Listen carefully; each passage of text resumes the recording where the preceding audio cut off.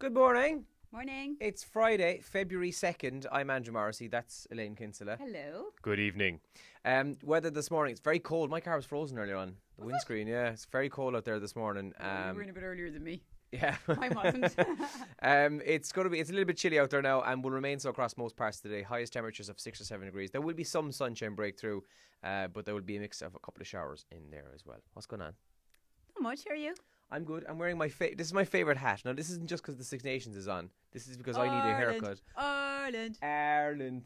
But this is actually my favourite hat. So there's a useless fact for you know. It's lovely. I love it.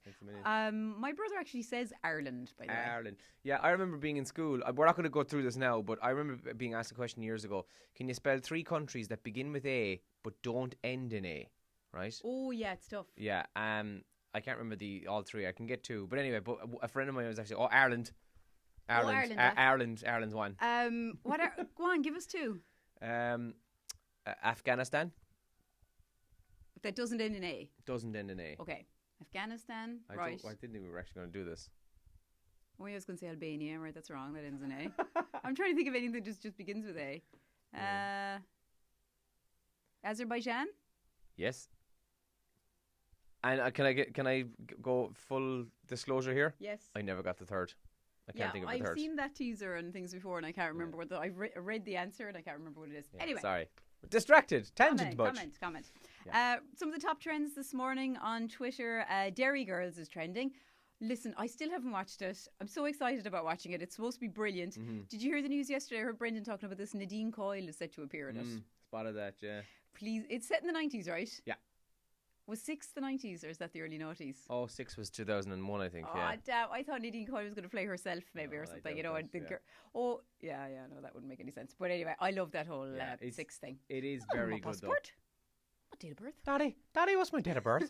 Daddy. But Nadine, who's from Derry, right? Yeah. She's going to be, that's the report that she's going to be in Derry Girls, so that's kind of cool for her. St. Bridget's Day is trending. We were talking about it right across the day here on Radio Kerry yesterday. And thanks to everybody who sent in pictures of your St. Bridget's crosses. Lots of facts as well about St. Bridget online yesterday. Things you never knew. Including a Waterford Whispers article about St. Bridget, things you never knew about her. Oh, according to Waterford Whispers, St. Bridget, she spells her name differently to everybody else just because she can. And also, she's the one responsible for driving the alligators out of Ireland while St. Patrick did the snakes, and she got paid 13% less than he did. Oh, yeah, of course. And Joanne Cantwell is also trending this morning, and that's because she has been chosen to replace Michael Lister as the presenter of the Sunday Game. So that's a big move as well, to have a woman fronting a show like that.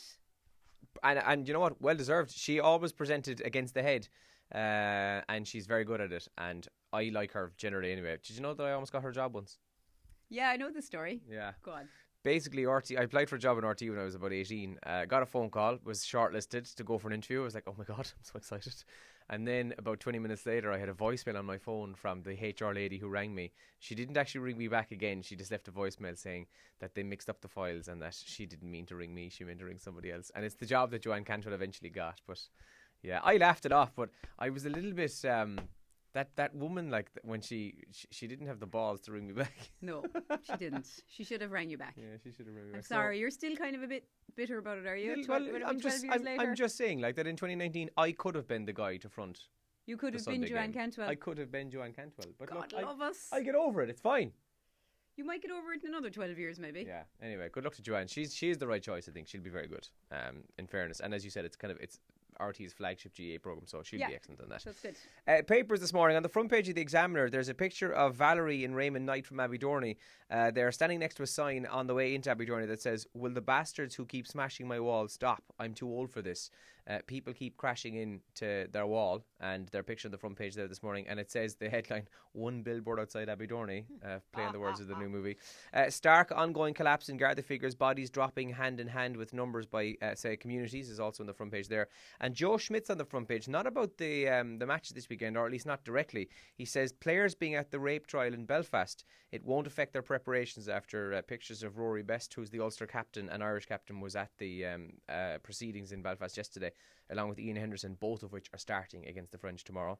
I think it's really strange. I mean, maybe Rory Best feels he needs to be there as the captain, because he's Ulster captain too, isn't he? Yeah. So But at the same time, I think they'd be better off avoiding this controversy. I do too, but in particular in the game week of the first match of the Six Nations, I would have thought they should have just been staying out of it anyway. Even regardless of what's going on, their sole mindset and preparation should be on the game. I just think it's a weird one as well. And the day that the alleged victim took to the stand as well to give her witness. I thought the whole thing timing was completely inappropriate there. But anyway, The Times Ireland edition says Coveney's stance on abortion law is damaging. That's their front page headline there. And the Irish Times says Simon Harris criticises HSE chief over poor budgeting, and UK secretly considering customs union deal after Brexit. That is also one of the main stories. And there's previews of nearly every sport that's going on this weekend, including the Six Nations. Ireland will play France. Kerry are playing Mayo. And the Super Bowl is on Sunday. So there's so much sport happening this weekend. Yeah, lots going on. Be a brilliant weekend of sport. It's Groundhog Day today, of course. Mm-hmm. So on this day in... Oh, God, I always get the name of the place wrong. Punxsutawney. The groundhog comes out. If he sees his shadow when he emerges, 6 weeks of winter will continue and he heads back inside home. And if he doesn't see a shadow, it's going to be nice weather, right? It's something like that, isn't it? Or spring comes quicker or something like that, is it? Yara. Yeah. The movie's good. Movie is good. Also, breakfast this morning. What are you going to be having for breakfast, guys? Andrew and I usually have porridge. Yeah. We're pretty good for our porridge. But according to new research, tucking into a slice of pizza for your breakfast could be better than a bowl of cereal. Now, not porridge, I would say. I think they mean those crap cereals that you might as well just be having a Snickers, I'd say. Or a bowl of chocolate. Yeah, something we love as a treat, crunchy nut cornflakes. Yeah. Yeah, I'd say have a Snickers. You're better off. Last, the way we often get these weird cravings. Like, you could be sitting home going, I'd love a bag of potato or whatever. Because we're both pregnant? Yeah, basically. Yeah. Well, last Thursday night, I was sitting at home and I just, out of nowhere, it was 8 o'clock at night, and went down to the shop and I just got a box of crunchy nut cornflakes. I just said to myself, I'd love a bowl of them now, and off I went down to the shop, bought myself a bowl. I had 2 bowls actually. Let's talk about cravings. Oh, stop! Let's talk about cravings on the show. Just like, the last time, what's the last most random craving you had, or what was the craving for? Particularly pregnancy cravings. Pregnancy cravings. They're mad. There was I did hear a girl on the radio once a couple of years ago saying that she loved the smell of firelighters. Now, I love the smell of firelighters anyway, but when she was pregnant, she she'd buy them just to have in her hand. Women try to eat them, and coal. But supposedly, actually, that is a sign of some kind of deficiency. Oh, okay. So I've read that in my pregnancy handbook, that if you're craving things like coal and firelighters, you should see the doctor. There's something else you're missing, is it? I craved yops. Do you know that drink? You said that to me before. Yeah. I love yops anyway. Yop. I couldn't get enough of it. Yop and oranges. I was like, because when I was sick, I couldn't eat anything really, and like I felt sick for about 3 months, and for those 3 months, I was able to eat toast, yops, and oranges. For 3 months? Yeah. Well, no, sorry. An odd day I might get up and feel a bit better, and I'd manage something else. But that was my... Yeah. Yeah, a pizza. But like that was like so cravings. So go on. Yeah. What do you absolutely crave? When I was younger as well, and I was a teenager, once a month when I was hormonal, I craved lemon meringue pie.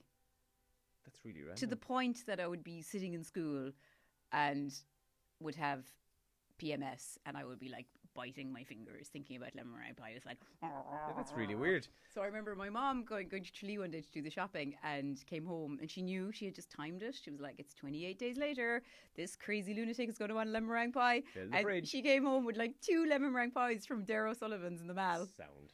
And I remember I just sat down at the table, I ate one of them fully. Your mom is a legend. That's really well thought out. Probably doesn't even remember that now, but anyway, it's good. Listen, music today, Demi Lovato, Adele, and Jason Derulo, his new one, Tiptoe, is on the show. It's good, isn't it? It's a good tune, yeah, in fairness. Songs are filthy. Absolutely filthy. Filthy. Oh. Nothing but utter filth. Oh. And an oldie from Take That coming up as well from the 90s. We have got a busy show lined up between now and 9 o'clock, so give us a shout. You can text or WhatsApp us, leave a comment here, and do tell us about the cravings you had, whether it be a pregnancy craving or just when you wake up, you're going to go, God, I'd love that now. And we'll go through some of those on the show as well this morning. So have a good day and have a good weekend. Morning. Bye.